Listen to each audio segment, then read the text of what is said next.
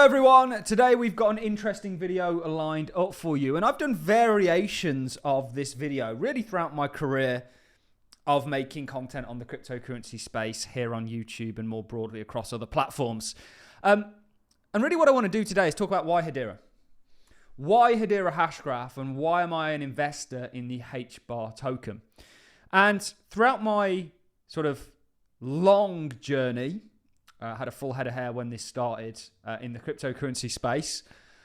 There's been many sort of key moments where the realization of something has sunk in, and I've had to kind of adapt my entire way of thinking or evolve it to suit the new information that's came to light. And I went through a kind of moment with Hedera where it became very obvious that this is just quite frankly a superior distributed ledger that is unique in the sense that it's not just superior in one aspect in which you can weigh a distributed ledger up by, but basically all of them. And that's, I would say, largely due to its consensus, its DAG consensus, making it superior functionally from many of the other blockchains that are out there. Of course, a DAG is not a blockchain, but it is a distributed ledger. And it's also a distributed ledger that's run by the largest institutions in the world and is very much setting itself up as an institutional grade DLT that can facilitate the evolution that all of these institutions need to undergo in regards to getting on board the Web3 movement, in the same way that they had to do a similar thing with the internet. So this is going to be an interesting video. What we're going to be doing is we're going to be looking at a panel over at Trust Square, and the title of this talk between Duncan Moyer, who we've had the pleasure of interviewing, he's now the president of 21 Shares, but he's also a member of the board of directors at Hedera. And he was previously at Aberdeen and kind of had a key role in the kind of Aberdeen Hedera link up. Certainly Aberdeen, largest sort of fund in the UK, is a Hedera governing council member. And it's between Duncan and Kemal Yousefi, who of course is the president of the board of directors at the Hashgraph Association. And the question, what essentially Kemal is saying is why Hedera, and he puts some reasons forward as to why Hedera is an obvious choice, not just for institutions, but anybody looking to build on top of a distributed ledger. And they are coming. Everybody's going to have to embrace this technology, or you get left being a bookstore with Amazon, cannibalizing your business with the utility of the internet. We're looking at the utility of distributed ledgers. It's going to fundamentally change business as we know it. So, really interesting video. Let's get into it, and I'm going to back up everything that he's saying. So without further ado, let's dive into this. There are 5 USP, so let's say key differentiators that we have at Hedera. So number 1 is the governance, as Duncan mentioned. So basically you have reputable organizations that are there hosting the node and managing the network and governing the software changes at the highest level. And with that, if you trust, for example, Deutsche Telekom or Google, and you trust, for example, Aberdeen with your assets and Standard Bank with your banking statement, then most likely you are going to trust these organizations to validate transactions on your behalf. So we're talking about USPs here. And number 1, he highlights the council. And there's some pushback to the council. Now, it used to be called the Governing Council, but of course, Hedera has entered a new era where it's now just called the Hedera Council. Pioneering best-in-class governance, Hedera Council is the governing body made up of leading global organizations dedicated to fostering trust, security, and innovation of Hedera. Now, it talks about nodes. These are the people that run and maintain the Hedera ledger. So it's not like Bitcoin where anybody and everybody can partake. There is a road for community nodes in the future, and we'll be looking to aid Hedera in whatever way we can. But instead of having like a Bitcoin node model or a Cardano node model or a Solana node model or something like this, what Hedera has done is tried to tackle governance in an entirely, I believe, genius manner, where they've said, okay, who's going to be the largest people that are going to adopt this technology? It's likely going to be institutions with the use cases that they already have. They're going to look to distributed ledger technology to, modernize the whole process. And they've said, instead of allowing anybody to run a node, which there's a plan for in the future, let's start off with going and getting the largest entities in the world to essentially govern and run and maintain the network. And with that, you have a very trustable, reputable, decentralized governance framework that is quite frankly unique to anything in the cryptocurrency space. This is one major thing I always impress on people. It's usually my icebreaker when I talk about Hedera. Well, it's run by Google, Dell, LG, IBM, Mondelez, Ubisoft, WorldPay, so on and so forth, Deutsche Telekom, Aberdeen, BitGo, so on and so forth. This is a truly unique approach that I think has many benefits. One pushback I get is, Hedera is centralized. A distributed ledger has to be distributed to work. And go and look at who controls the majority of stake on Ethereum or some of the other proof of stake networks, or who controls all the mining power.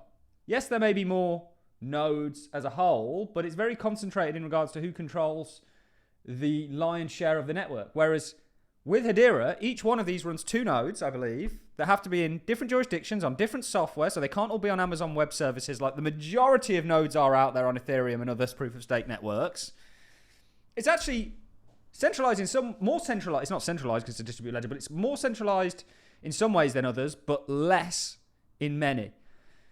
And this is something we can argue about until we're blue in the face. Let's go and look at the next point that this individual raises. Number 2 is the performance aspect of it. Hedera Hashgraph network is in a position now to process a minimum of 10,000 transactions a second, which is massive. Number 2, he mentions Hedera's capabilities. And it is one of the most capable blockchains. Here's a look at it in relation to Bitcoin and Ethereum. We could have put a lot more on here, but these are the stats. 10,000 transactions per second, which is a lot. Average fee, which we'll talk about and why that's unique. Transaction confirmation is next to nothing. One of the kind of time to finality is negligible. And energy usage, which we'll talk about more broadly. Hedera is fit for purpose, is able to take on these use cases. And yes, we've seen a bit of a kind of dropping off in regards to TPS. It fluctuates. Sometimes it gets to a couple of hundred, sometimes it can be 19, sometimes it can be a little bit lower. But these are transactions that are actually taking place every second. And Hedera, this is only going to grow exponentially, but the capabilities are there for it. Let's move on to the next one. Number 3 is the security level, and I believe we are the only public chain that has implemented ABFT as we speak today. ABFT. Now, this is a really interesting one because it was recently highlighted by the Federal Reserve themselves in regards to modernizing payment systems.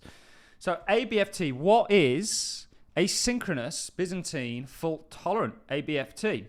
Asynchronous Byzantine fault tolerant is a property of consensus algorithms that allows the nodes on a network to agree on the order of timing and transactions. What is asynchronous Byzantine fault tolerance? It goes on to essentially say, to get a deeper understanding of this, let's begin to look at the means or what it means to be Byzantine fault tolerant. The term Byzantine fault tolerant is derived from a hypothetical scenario called the Byzantine general problem.